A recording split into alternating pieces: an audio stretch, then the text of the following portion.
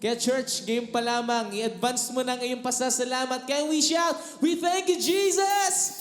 Oh, hallelujah! Okay, buti mo aming Panginoon.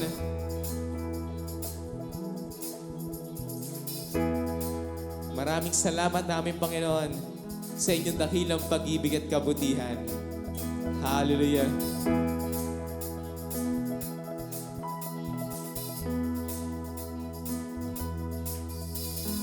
Who am I that you are mindful of me? That's you hear me when I call. Is it true that you are thinking of me? How you love me? It's amazing. Who am I, Lord?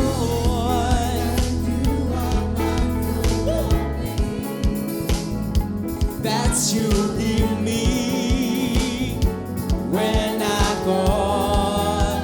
Is it true, Lord? Is it true that you are thinking of me? Hallelujah. How you Love me. It's amazing. I am a friend of God. I am a friend of God. I am a friend of God. He calls me friend. I am a friend of God. I am a friend of God. Oh, I am a friend of God. I am a friend of God. He calls me friend. Who am I, Lord? Who am I that you are mindful of me? Hallelujah. We praise you, Jesus. When I go, is it true, Lord? Is it true that you are thinking of me? How you love me? It's amazing. I am a friend of God. I am a friend of God. I am a friend of God. He calls me friend. I am a friend of God. Oh, I am a friend of God. I am a friend of God. He calls me friend. Hallelujah. Church, kulang ang inyong pag-awit sa ating Panginoon. He deserves all the praises and honor. Kaya church, patuloy nating awitin. God Almighty, Lord of glory, you have called me friend. Lift up your voice, church. God Almighty, Lord of glory, you have called me friend. Once again, church. God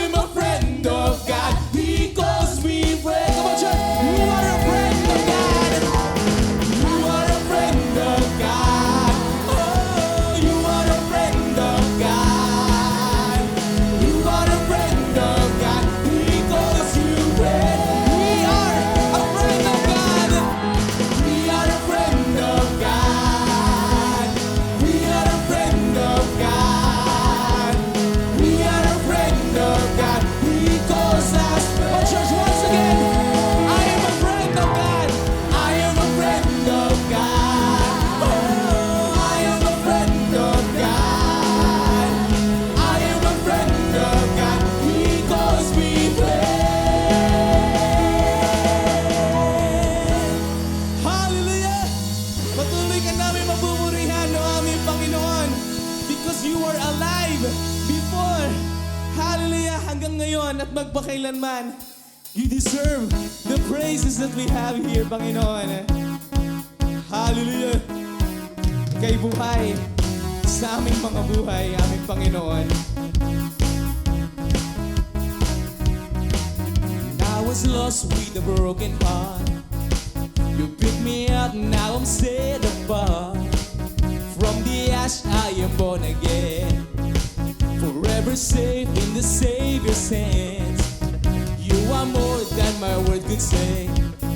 I follow you, Lord, all my days. Fix my eyes, follow in your way. Forever free in an ending grace. Come on, Jen!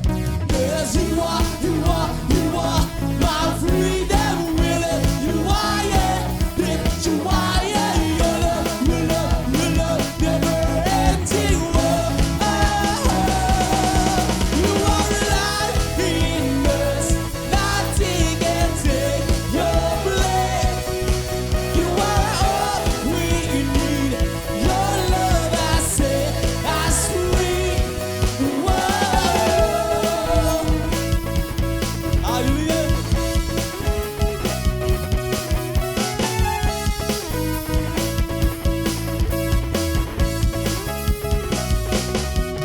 In the midst of the darkest night, let your love be the shining light, breaking chains that were holding me.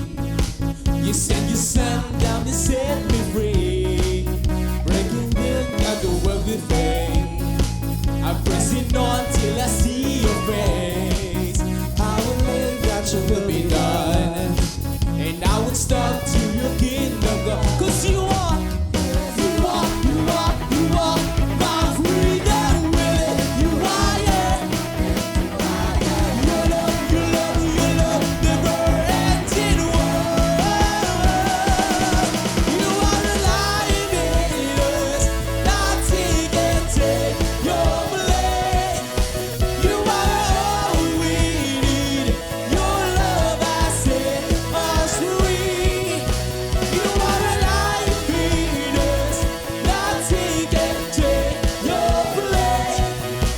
You are all we need. Your love, I said, us free.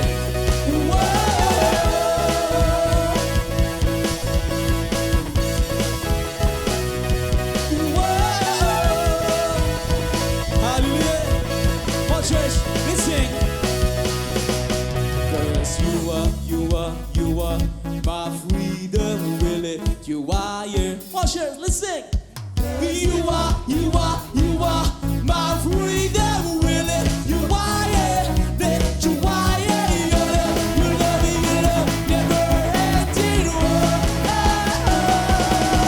You are alive in us, nothing can take your place. All we need, your love has set us free.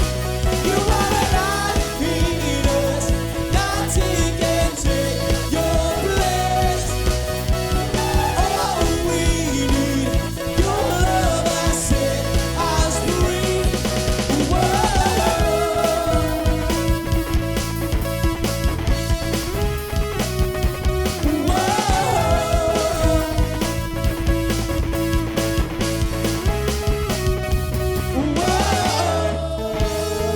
Hallelujah!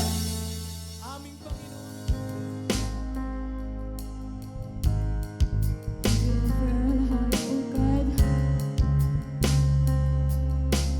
Patuloy kaming magpupuri, Panginoon. Sapagkat kami iyong pinalaya namin, Panginoon. Oh, praise you, Jesus.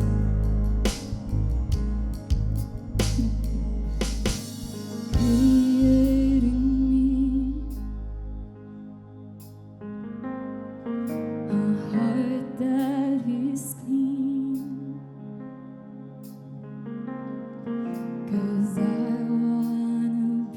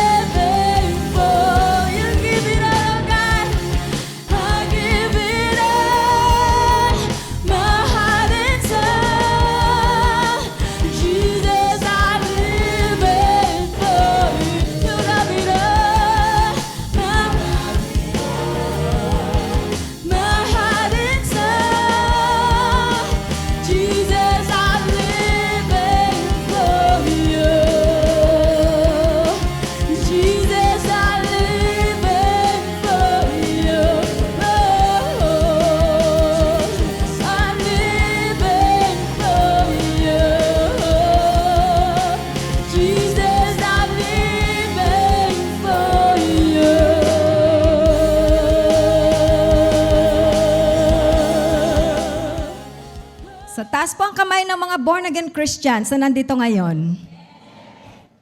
Taas po ang kamay ng mga nakakaranas ng napakaraming pagbabago sa buhay.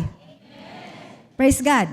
So mga kapatid, pag sinabing born-again Christian, expected po talaga yan na mayroong pagbabago sa buhay. Kaya nga, born again, muling naipanganak. Pero may mga pagkakataon siguro na yung iba sa atin nakakaranas ng parang konti yung pagbabago. Meron po ba? Meron So, nagpapakatotoo lamang po tayo. Meron. Na minsan, may mga comment tuloy na, yan bang born again? Bakit ganyan ang ugali niyan? Diba? So, minsan tuloy, tayo mismo, nagdududa din. Oo nga, bakit nga ba? Born again nga ba talaga ako? Na born again nga ba talaga ako? So mga kapatid, para hindi po tayo mag-alala na kung na born again nga ba talaga tayo o hindi, mahalaga po pag-aralan natin itong topic na ito na pinamagatan kong proseso ng pagbabago ng Kristiyano. So, meron pong proseso. Sabihin mo, proseso. Opo, may process po yan. So, gamitin natin itong verse na to. Dito po sa pangalawang Korinto 5, 17 and 18, sabi dyan, kaya't kung nakipag-isa na kay Kristo ang isang tao, isa na siyang bagong nilalang. Wala nang dati niyang pagkatao. Sa halip, ito'y napalitan na ng bago. Ang Diyos ang gumawa ng lahat ng ito. Napakaganda. Kasi sabi dyan, ang tumanggap kay Kristo, isa ng bagong nilalang, wala nang dating pagkatao. Sabi, bago na. Bago na siya. May sabihin mo, bago na. Opo. Kaya po, gusto kong sabihin na ang pagbabago ng Kristiyano ay parehas na biglaan at dahan-dahan. Paano? Kasi parang, teka lang, Pastora, bakit parang conflicting? Biglaan tapos dahan-dahan. So pag-aralan po natin. Mahalaga po ito. Okay po? So una, ang pagbabago ng Kristiyano ay biglaan. So parang yung mga nagda-drive dito ng kotse, pag ni-start niyo po yung kotse, yun po ay dapat nang itakbo agad. Hindi muna, di ba? Wina-warm up muna bago siya itakbo. Not so with Christians. Yung mga na-born again talaga, no, the moment na tinanggap nila si Kristo, agad mayroong pagbabago sa buhay nila. Anong ibig ko pong sabihin? No, ang sabi po dito, kaya't kung nakipag-isa na kay Kristo ang isang tao, isa na siyang bagong nilalang. So kailan po ito nangyayari? Kapag tinanggap natin si Kristo, lumapit tayo na nagsisisi, umaamin sa ating mga kasalanan, at isinusurrender natin ang ating buhay sa Kanya, nakikipag-isa tayo sa Kanya, doon po nangyayari yung pagbabago na instant. At kailan ito nangyayari? Maring may nagpunta po sa inyong tahanan, nag-share tungkol kay Kristo, pinatanggap ka, at tinanggap mo naman ng buong puso si Kristo. O maring nag-altar call po dito, no po, at lumapit ka, at nagpatanggap, at tinanggap mo ng buong puso at may pagsisisi si Kristo. Sa oras na yan, mga kapatid, nabago po yung iyong pagkatao, yung iyong kalikasan, yung nature natin. Nababago po sa instant na yan na tinanggap natin ang ating Panginoon Kristo. So maaaring wala tayong tinanggap na kasulatan na, ayan, bago na ang iyong pagkatao, bago na ang iyong kalikasan. Pero alam natin na merong nangyari nung tinanggap natin si Kristo. Yung mga tumanggap po kay Kristo, meron po ba kayo naramdaman na meron talagang nangyari? Meron po talaga. Kaya yung iba po dyan sinasabi, grabe yung naramdaman ko nung gabing yun, nag-altar call, tinanggap ko si Kristo. Parang meron talaga akong naramdaman na kakaiba. Na parang all of a sudden, yung mundo ko parang bumukas. Yung parang madilim na mundo, biglang lumiwanag. At yung mga bagay na inireklamo ko dati, biglang ang tingin ko, ang ganda-ganda. At yung mga tao na kinaiinisan ko, biglang nung makita ko, habag. Habag yung naramdaman ko, pagmamahal yung naramdaman ko. At pagkatapos, yung mga bagay na gusto ko dati, ayoko na. Nakababad ako sa mga Korean telenovela, nakababad ako sa social media, biglang ayoko na. Iba na yung aking gusto. So, bakit? Anong nangyari? Meron pong nabago, yung kalikasan. Iba na yung gusto. Okay? Kaya po, ito po yun. Sa pakikipag-isa kay Kristo, biglang nababago ang ating kalikasan. Mula sa pagiging alipin ng kasalanan, nagiging alipin na tayo ng katuwiran. Kaya yung parang parang nawalan ka ng ganang uminom ng alak, nawalan ka na ng ganang magdroga, nawalan ka na ng ganang makipag-away, nawalan ka na ng gana na bigla gusto mo na magpatawad. Yung mga tao na umaaway sa'yo, bigla habag yung nararamdaman mo. Anong nangyari? Merong nangyari sa loob, nakakaiba. No, kamangha-mangha yung nangyari. Di po ba mga kapatid? Kasi, imposible yun. No, ang dami ng mga pangaral, ang dami ng mga paalala, pero hindi nababago. Pero nung tinanggap si Kristo, may kakaibang nangyari. Meron nga sa akin nagkukwento, sabi niya, alam mo, nung na-born again ako, of course, nawalan ako ng ganang manood daw ng TV for 3 months daw. Hindi siya talaga nanonood ng TV. After 3 months, nanood siya news, basketball, mga sports. No? At meron nagsabi, Pastora, ultimo, yung langgam, ayoko nang durugin. Dati pag may nakita kong langgam, talagang gigil na gigil ako. Naku, yung asukal, punong-puno ng langgam. Gigil na gigil daw siya. Nung naborn again daw siya, sabi daw niya, hindi ko papatayin kasi may buhay yan. Bigay ng Diyos yung buhay niya, hindi ako ang may karapatang pumatay dyan. Akalain mo, pati langgam, kinahabagan. No? Yung pusa na dati sinisipa-sipa, habag.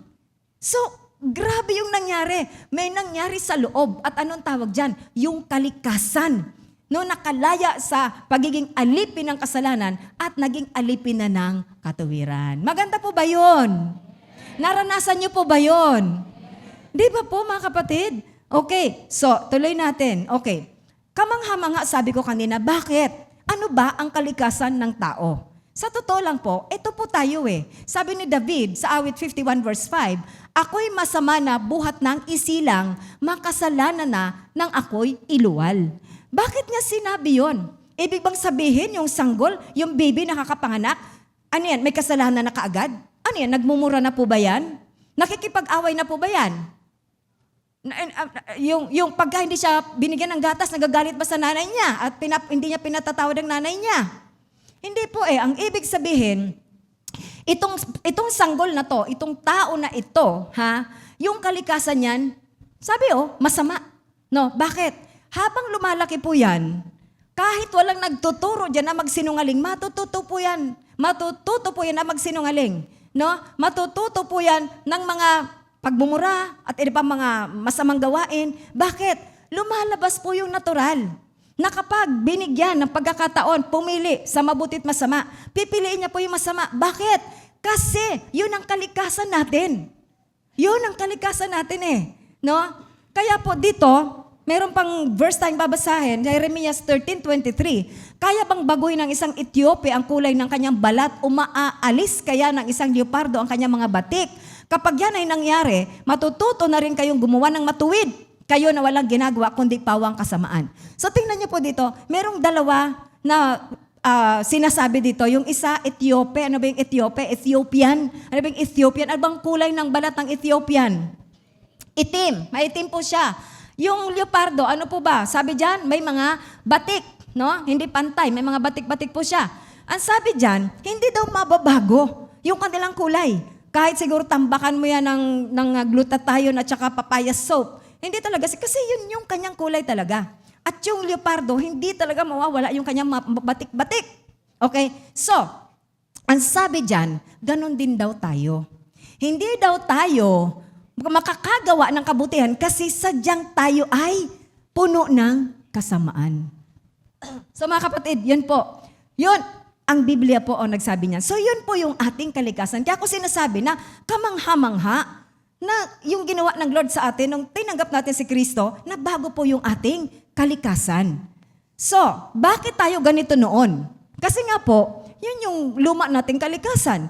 Maibigin sa kasalanan. Kasi yun yung ating kalikasan talaga. Makasalanan po talaga ang tao.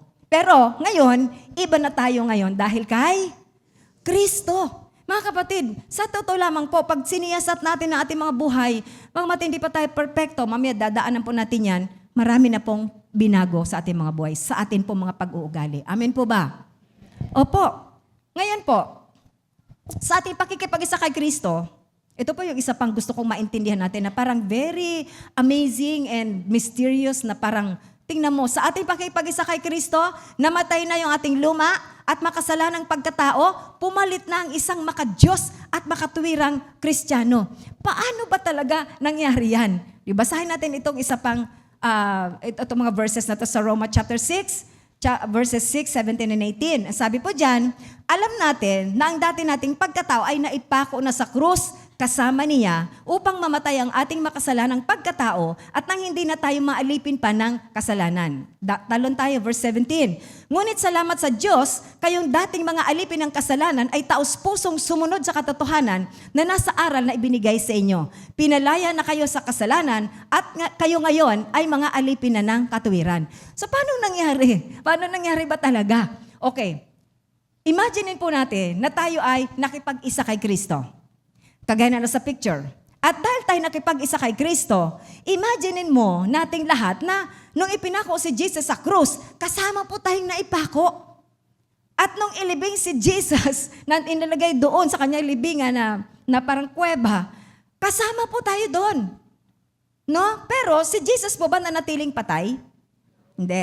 So ano yung namatay? Ano yung namatay sa atin na kasama ni Kristo namatay? Yung luma nating pagkatao, yung makasalanan nating kalikasan. At nung nabuhay na muli si Kristo, ano po yung nabuhay sa atin na pagkatao? Yun pong banal at matuwid na pagkatao. Yun po yun. So kasi nakipag-isa tayo kay Kristo, kaya sa kanyang kamatayan, namatay yung ating lumang pagkatao, makasalanang pagkatao, sa kanyang muling pagkabuhay, yan na po, nabuhay sa atin yung banal at matuwid na pagkatao. Amin po ba? Sabi dyan, verse 17, no? Tingnan mo, alipin tayo dati ng kasalanan, pero verse 18, naging alipin na tayo ng katuwiran. So mga kapatid, tingnan natin, di ba dati, ano bang hinahanap-hanap ng mga tao? Kasiyahan, na walang taros, inuman, no po, at kung ano-ano mga bisyo, droga, pakikipag-away, hindi pagpapatawad, pag-uusap ng buhay ng may buhay, panghuhusga. Pero ngayon, ano na? Iba na. Ayaw nang uminom ng alak, ayaw na inayawan na yung droga, nabago na yung buhay. Bakit? Kasi alipin na po ng katuwiran. Ganyan po nangyayari yan mga kapatid kapag ang isang tao na born again, nakipag-isa kay Kristo, nababago yung ating kalikasan. Okay po? Malinaw po ba? Okay. So ngayon, ang tunay at bigla ang pagbabago ng ating kalikasan ay gawa lang ng Diyos sa pamamagitan ng Espiritu Santong ipinadadala ni Kristo. So mga kapatid, no? Itong pagbabago, hindi po natin to kayang gawin. On our own, hindi po natin kayang gawin. Sino na dito sumubok talaga, baguhin ang kanyang sarili? Maliban mga kapatid, maborn again ang isang tao, hindi po natin kaya. Kailangan maborn again muna. Mabago mo ng kalikasan sa pamamagitan ni Kristo, sa pamamagitan ng Espiritu Santo. Otherwise, wala po. Every year lang tayo gagawa ng ating mga New Year's resolution. Kailangan tayo maborn again. Kailangan nating makipag-isa kay Kristo para tayo po ay mabago. Okay po? Okay. Ang Diyos ang gumawa ng lahat ng ito. Ay, malinaw po. Ang Diyos. Kaya huwag nating sabihin. Kasi minsan sinasabi, ang pagbabago naman ng tao, nasa sa Kanya naman yan. Well, part of it, yes, may bahagi tayo. Pero, sabi ko nga, kapag hindi na born again ng isang tao, kahit anong gawin niya, paulit-ulit lang, pabalik-balik lang, nababago konti, babalik sa dating buhay, mababago konti, babalik sa dating buhay. So, kailangan po talagang ma-born again ang isang tao para ma-sustain yung pagbabago sa kanyang buhay. Parang yung sanggol. Yung sanggol po ba, meron po ba siyang kinalalaman na siya'y sinilang sa mundo? Meron po ba? Wala. Wala siyang kinalalaman doon.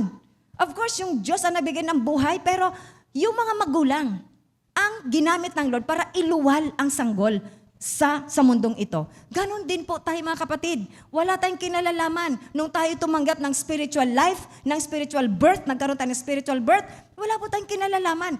Gawa po yan ng Diyos. Amen po? Gawa po ng Lord yan. So, napakabuti ng Diyos dahil napakalaking milagro yung ginawa niya sa ating mga buhay na tayo po ay nabago. Sabi po dito sa Tito 3, 5 and 6, tayo iniligtas niya sa pamamagitan ng Espiritu Santo na naghugas sa atin upang tayo ipanganak na muli at magkaroon ng bagong buhay. Masaganang pinagkaloob ng Diyos sa atin ng Espiritu Santo sa pamamagitan ng ating tagapagligtas na si Jesucristo. Kasi paulit-ulit sa Bible, si Jesus ang nagbibigay ng Espiritu Santo. So kailangan may Jesus tayo sa buhay natin. At ang Espiritu Santo ang nagiging dahilan kung kaya tayo ay naipanganganak na muli. No po? Binabago niya tayo. No? Yung Espiritu Santo, yung may kapangyarihan para masustain yung pagbabago na yan sa ating mga buhay. So yung mga desperado na, hindi ako mabago, paulit-ulit, ginawa ko naman lahat. Teka lang, tinanggap mo na ba si Kristo sa buhay mo? Kasi kung hindi pa tinanggap si Kristo, ay talagang ganun po talaga. Paikot-ikot lang ang buhay hanggang datnan tayo ng kamatayan. Na miserable po ang ating mga buhay. Amen po ba? Amen. Okay po, so tuloy natin mga kapatid. Ito po, yung kilos ng Holy Spirit, dapat nakikita sa buhay natin. Hindi po natin nakikita si Holy Spirit, tama po ba? Espiritu siya, so hindi natin siya nakikita. Pero yung tao talagang na born again, na pinananahanan ng Espiritu Santo, merong nakikita sa kanyang buhay. Meron po, hindi po pwede, nasasabihin mo lang sa bibig mo, born again Christian ako. Kailangan may nakikita sa buhay. Kaya gumawa po ako ng checklist dito ng isang tunay na born again. Okay po? So, ano po ito trending dito sa Christ Above All, meron pong acronym palagi para madaling tandaan. Kaya po, yung acronym ko dito ng BIRTH, B-I-R-T-H. O, tingnan natin. Ano ba yung checklist para malaman na born again ka na talaga? O, una, believer na ni Kristo. Dapat po si Kristo tinanggap na natin sa ating mga buhay.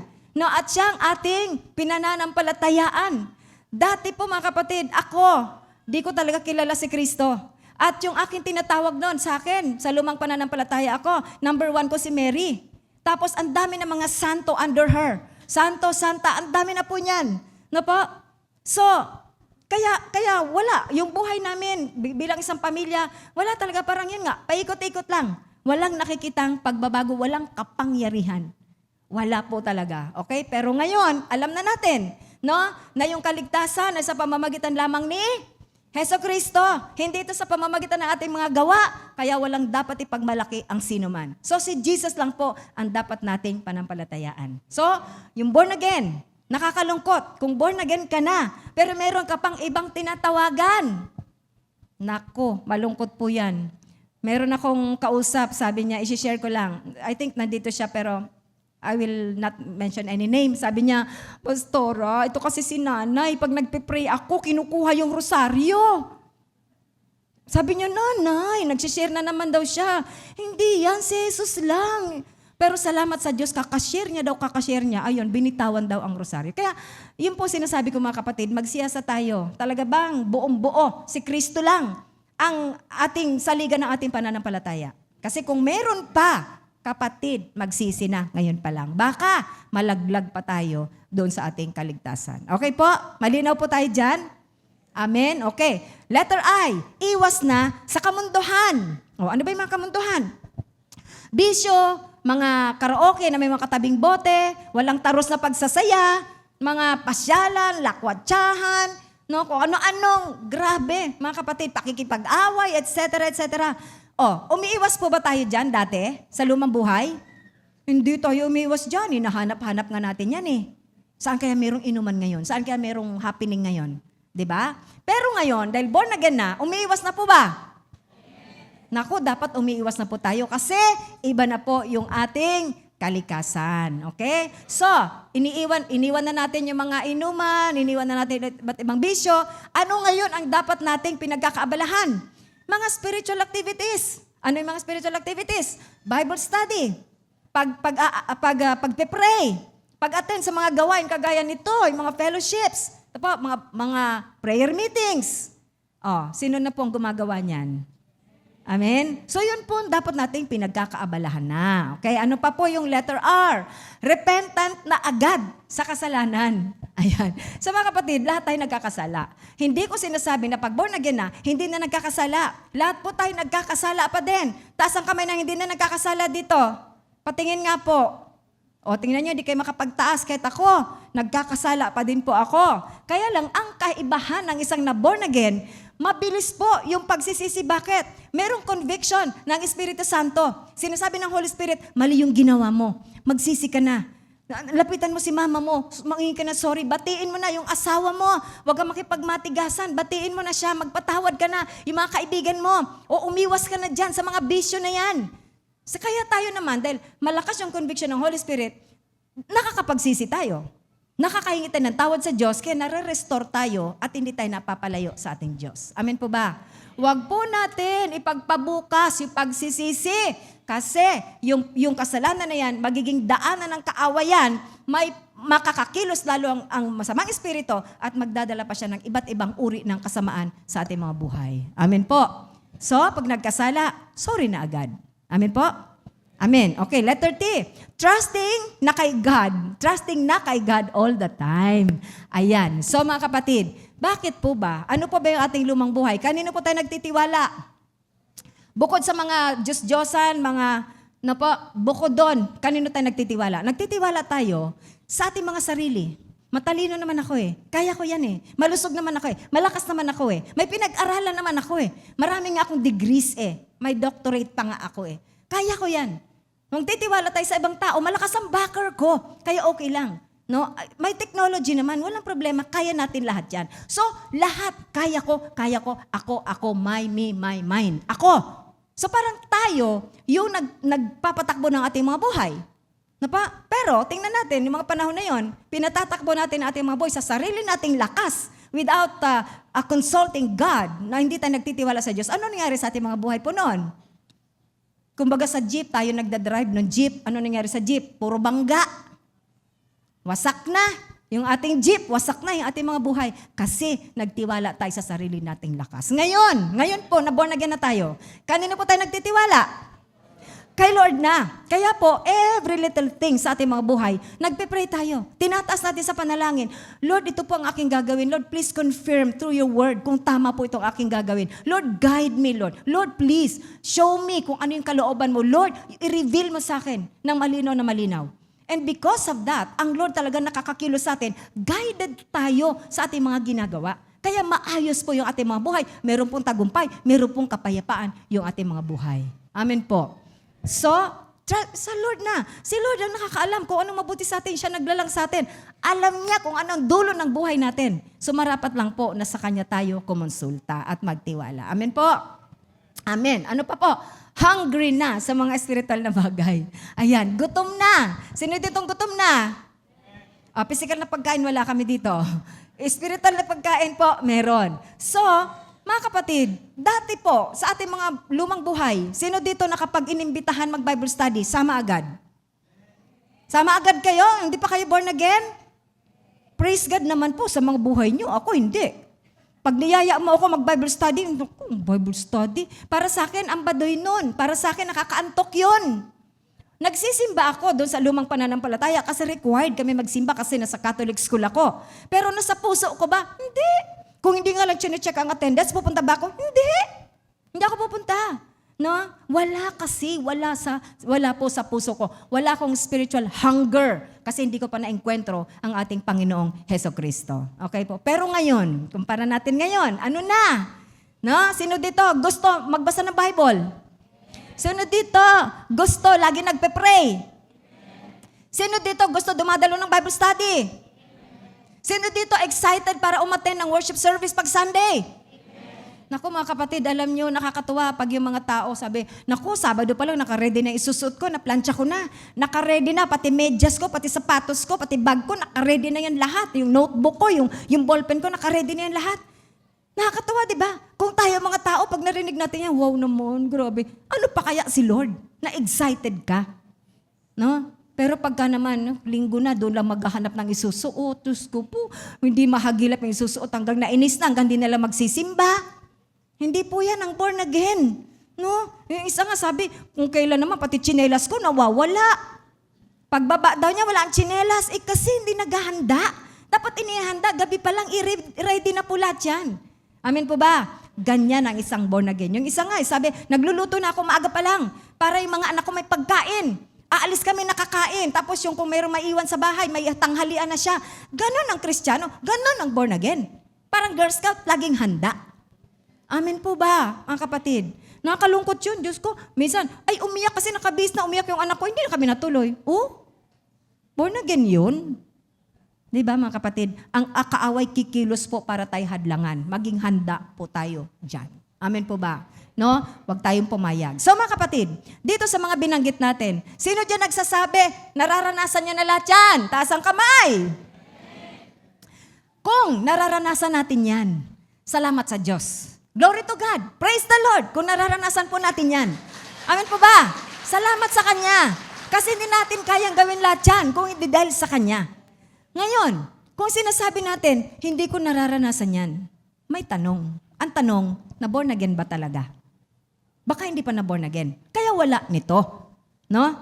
Ngayon, pag sinabi naman na, hindi, na born again ako, naranasan ko, nabaptize pa ako in the Spirit eh. Naranasan ko yan. O, ano nangyari? Baka na backslide. Bakit na backslide? Baka nagpabaya. Baka pa-absent. Kaya nakakakilos ang kaaway, nakakasingit ang kaaway hanggang mailayo tayo ng kaaway sa presensya ng Diyos. So, mga kapatid, kaya natin ito pinag-aaralan para maibalik tayo, makapagsisi tayo, maibalik tayo on the right track para tuloy-tuloy tayo lumalakad sa presensya ng ating Panginoon. Amen po ba?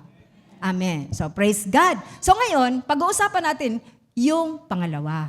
Ang pagbabago ng Kristiyano ay tuloy-tuloy at Pastor, ang gulo mo naman. Sabi kanina, biglaan.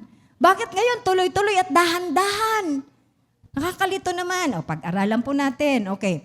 So, mga kapatid, yung sabi ko kanina na biglaan, agad, yung nature, yung kalikasan, yung ating pagkatao sa loob. Kaya lang, maaring nabago na yung nature. Pero mga kapatid, maraming aspeto sa kalikasan na yan na dapat lumago. Dapat lumago. Walang pinagkaiba. Kunyari, meron kang fruit tree. Paano po ba namumunga yung puno? Yan ba prutas agad? Anong simula muna? Bulaklak. Pagkatas ng bulaklak, ano? May bubot, maliit na prutas. Habang tumatagal, lumalaki yung prutas. At habang lumalaki yan, ano nagiging kulay ng prutas? Green. At habang tumatagal, ano na naging kulay niya? Yellow or red, depende kung anong hinog na, di ba? So, nahihinog. So, ibig sabihin, merong proseso. So, kapatid, ganun din po tayo. No? Nabago yung ating kalikasan, pero kailangan po natin lumago. Amin po ba? Ito po. Pangalang Korinto 3:18.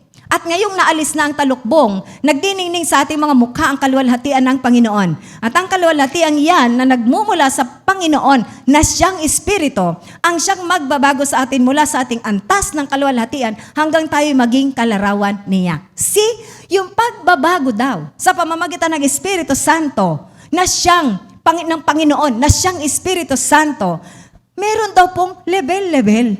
Meron pong process of development. Ayan no, sabi sa English, from glory to glory. Nababago daw po tayo. At sinong kumikilos dyan? Espiritu Santo. At take note of the word Panginoon. Sabi niya, nagmumula sa Panginoon na siyang Espiritu Santo, na siyang Espiritu. Ibig sabihin, yung Espiritu, Panginoon. Ano ba yung title na Panginoon? Yung Panginoon po ginamit kay Father God. Ang Panginoon ginamit kay Jesus. Ngayon, ginamit sa Holy Spirit, which means, ang Espiritu po, or Espiritu Santo, ay Diyos. At dahil sumasa atin ang Espiritu Santo na Diyos, makapangyarihan po yan. May power yan para baguhin tayo. At yung mga bagay na imposible sa ating buhay na mabago, nababago kasi Diyos ang sumasa atin. Amen po ba? Amen. So, dapat po, maunawaan natin yan na, oo, nabago na kaagad.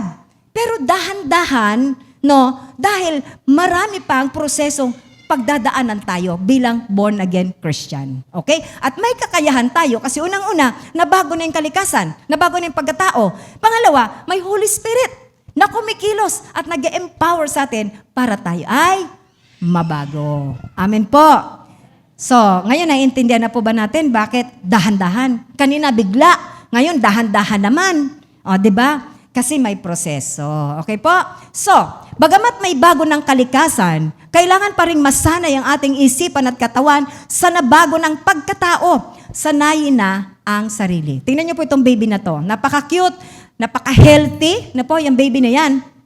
Pero ang baby na yan, mga kapatid, bagamat nasa kanya na po yung kalikasan ng pagiging tao, no po, yung kaya niyang lumakad, kaya niyang tumalon, kaya niyang tumakbo, kaya niyang mag-isip, kaya niyang magtrabaho, lahat ng ginagawa ng tao. Pero kung manatili siyang baby, magagawa niya po ba?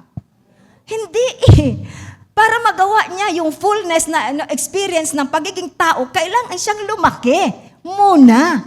No? So, Ganon din po tayo mga kapatid. Napanganak tayo muli, so baby Christian tayo. Kailangan nating lumago. Na po? No, kailangan natin lumago muna.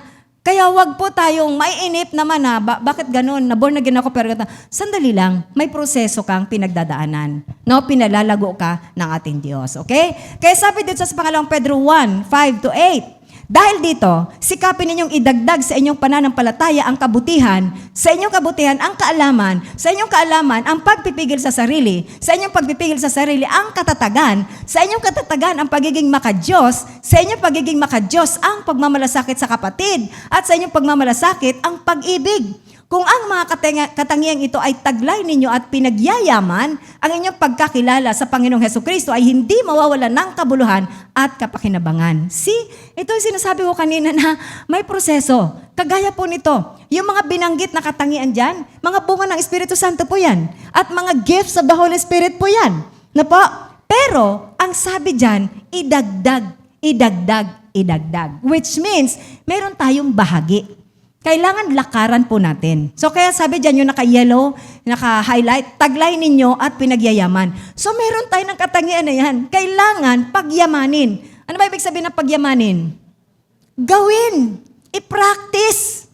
Gawin po natin. Ito mga bagay na ito para maging lubos daw yung ating pagkakilala kay Kristo at maging makabuluhan at may kapakinabangan po yung ating mga buhay bilang mga Kristiyano. So yun po mga kapatid, no? So wag tayong sabihin natin, akala ko ba pag na-born again na, kanina sabi biglaan, ba't ngayon ito naman dahan-dahan? Kasi nga po, merong proseso. Amen po. Amen. So sino dito nananatiling sanggol?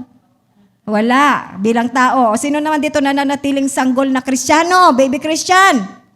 I pray wala. Lahat tayo lumalakad ayon doon sa proseso na inilalagay sa atin ng Panginoon. Amen po ba? Amen. Tuloy po natin mga kapatid. So lahat ng nangyayari sa ating buhay ay ginagamit ng Diyos upang baguhin tayo na maging katulad ng ating Panginoong Hesus. Parehas na ipagpasalamat ang mga pagpapala at pagpapalo ng Diyos. Sino dito gusto ng pagpapala? Sino dito gusto ng pagpapalo? Parehas lang yung lakas ng sagot. Oh, ayan. So, gusto nyo pala parehas. Okay, so mga kapatid, actually, sabi natin kanina, yung paglago ng isang Kristiyano, level by level, because it's a process. Po, merong process of development. So, yun po mga kapatid. So, paano to nangyayari? Sabi dyan, lahat ng ating mga nararanasan sa buhay, ginagamit ng ating Diyos yan para tayo ay palaguin, para tayo ay iproseso. Mabuti man yung pangyayari, masama man yung pangyayari, masaya man yung pangyayari, malungkot man yung pangyayari. Lahat yan ginagamit ng Lord para hubugin yung ating pagkatao. Para malakaran natin yung ating bagong kalikasan. Kaya ang sabi dito, Santiago 1:2-3, mga kapatid, magalak kayo kapag kayo dumaranas ng iba't ibang uri ng pagsubok. So may pagsubok, ano daw po ang dapat maramdaman? Mainis? Magalak. Sabi, dapat ninyong malaman na nagiging matatag ang inyong pananampalataya sa pamamagitan ng mga pagsubok. At dapat kayo magpakatatag hanggang wakas upang kayo'y maging ganap at walang pagkukulang. So mga kapatid, yung mga pagsubok pala, yung mga kahirapan, may purpose ang Lord dyan. Ang problema po, yung mga tao, ayaw pag mahirap na, pag may mga problema na, ayoko na nga magsimba, akala ko ba, pag na-born again na ako, okay na ang lahat. No, kaya itong verse na to, tandaan po natin ito. Ginagamit ito ng Lord lahat yan para mahubog tayo na maging matatag ang ating mga pananampalataya. Imaginin po ninyo, kung yung ating buhay Kristiyano, walang pagsubok, puro sarap, puro sagana, lahat. Tingin mo, tatawag tayo patuloy sa Diyos? Baka hindi na. Baka isipin natin, hindi ko na kailangan si Lord kasi mayaman na ako, marami akong pera, wala akong sakit, wala akong problema, maayos ang pamilya ko, o wala akong pangangailangan sa Diyos. Baka ganun pang isipin. Na pa? So parang imagine niyo po, nagda-drive. Kunyari, nagda-drive ka. Ang haba-haba ng highway. Naalala ko noon, bumiyahe ko ng Bicol noon, matagal na yun, single pa ako noon. Ang haba ng highway, inabot ako ng antok. Yung mga kasama ko, tulog. Parang inaantok na rin talaga kasi ganun po mangyayari. Kapag very smooth naman, na walang mga trials, walang mga paghubog ng ating karakter, baka maging kampante tayo sa ating lakad Kristiyano. Na po? Na konting udyok ng kaaway, nandun na tayo, nagpapadala tayo. Bakit? Kasi napaka-komportable ng ating buhay eh. Samantalang kung may mga pagsubok, natuto tayong lumuhod, umiyak, mag-pray. Humingi ng habag sa Lord. Lord, tulungan mo ako. Lord, ang hirap na pinagdadaanan ko. Alam mo yan, Panginoon. Lord, hindi ko kaya to. Tulungan mo po ako. See? So kung may mga kahirapan sa buhay, may mga pagsubok, all the more that we come to God and ask for help. So kung wala na, sagana lahat, walang problema, ay baka hindi na magpe-pray. No? Sa Japan po noon, bumabiyahe kami. Although ngayon sa Pilipinas, mayroon na rin naman. Biyahe kami, ang haba ng highway. Pag-drive si Pastor Dan. Diretso, napakaganda ng kalsada. Biglang, dug. Ano yun? No? Yung pala, sabi nila Elaine doon, nilagay kasi napakahaba ng highway, may tendency talaga makatulog ka. So merong mga ridges na nilagay para magising ka, just in case natutulog ka. So ganun din po tayo. May mga problema, may mga pagsubok, may mga kahirapan. Baka tutulog-tulog na tayo bilang Kristiyano para magising tayo, para lumapit ulit tayo sa Diyos at humingi ng tawad at magtiwala sa Kanya. Amen po ba? Mga kapatid, wag nating ayawan yung mga kahirapan, wag nating ayawan yung mga pagsubok. Yung mga sundalo, sino dito may kamag-anak na sundalo? Do you have an idea kung anong hirap ang dinaranas nila sa training? Sobra. Hindi ko naman nakita, nabasa ko lang, grabe, gigising sila sobrang aga. Pagkatas sila magliligpit ng higaan nila, yung pagkain nila, sila maghahanda at on diet sila. Kasi para mawala yung mga excess fat sa maging trim yung kanilang katawan, tas tatakbo sila for long hours. Grabe po ang training nila. Kulang sa tulog, parang kulang sa pagkain. Pero grabe yung physical exertion. Bakit? Bakit ginagawa? Para po maging mahusay silang sundalo. Para po pagdating ng giyera, hindi sila lalamya at hindi sila agad tatamaan ng bala mula sa kalaban. So ganun din po tayo mga kapatid. Training ng Lord para tayo maging matatag in the face of hardships and trials. Lalo tayong lalapit sa Lord. Kaya meron pong mga pagsubok. Amen! Praise God. So ano ngayon ang gagawin natin? Pagka may pagsubok, I welcome you sa buhay ko. Kapatid, huwag kang mag-alala. Hindi papahintulot ng Lord yung pagsubok na hindi mo kaya. Hanggang kaya mo lang. No? Kaya pag mayroong pagsubok, ang isipin mo, Lord, this is for me, it's a training for me, and I know mayroong milagro, maipapakita ka sa akin na napakaganda at the end nitong pagsubok na ito. So wag puro reklamo. Naku, yung attitude po natin, hindi po ganoon. Lord, binigay mo to sa akin. Kaya ko to. Hindi mo sa ako bibigyan na hindi ko kaya. Tandaan natin, ano ba yung mga pagsubok natin before? Napakatitindi, sino dito dumaan ng napakatitinding pagsubok sa buhay? Matinding kahirapan sa buhay. Whether sakit yan, pananalapi, problema sa pamilya. Meron po? O ngayon, kumusta na po kayo? Nandito pa rin, di ba? Wala na daw yung problema. Akala ko wala na yung tao. Hindi. Nandito nga kayo eh. Di ba? So, ibig sabihin, sinustain tayo ng Panginoon. Amen po ba? Grabe si Lord. Nung time na yun, parang ang gusto mo nang bumitaw, parang nasa dulo ka na ng PC, bibitaw ka na. Pero without you knowing it, yung takot na takot ka, yung babagsakan mo pala, 1 foot lang, yung paa mo nandun. Hanggang kaya mo lang. Amen. Hanggang kaya. So, pag may pagsubok, yes Lord, kaya ko to kasi kasama kita. Hindi mo ako bibigyan ng hindi ko kaya. Amen. At lalo akong tatatag dito, yung aking pagkatao, yung aking pananampalataya. Amen po ba? Sabi natin, thank you, Jesus! Amen. So, lahat ng bagay, may purpose ang Lord. Okay? So, ito na. Bagamat iisang Espiritu Santong kumikilos sa lahat ng mga Kristiyano, iba-iba ang bilis ng ating paglago dahil iba-iba din ang ating pagkakatawag at pakikiisa sa kanyang gawain.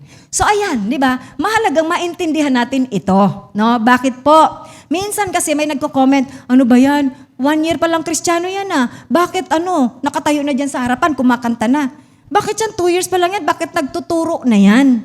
Kaya ito, dapat tandaan natin, iba-iba ang ating pagkakatawag.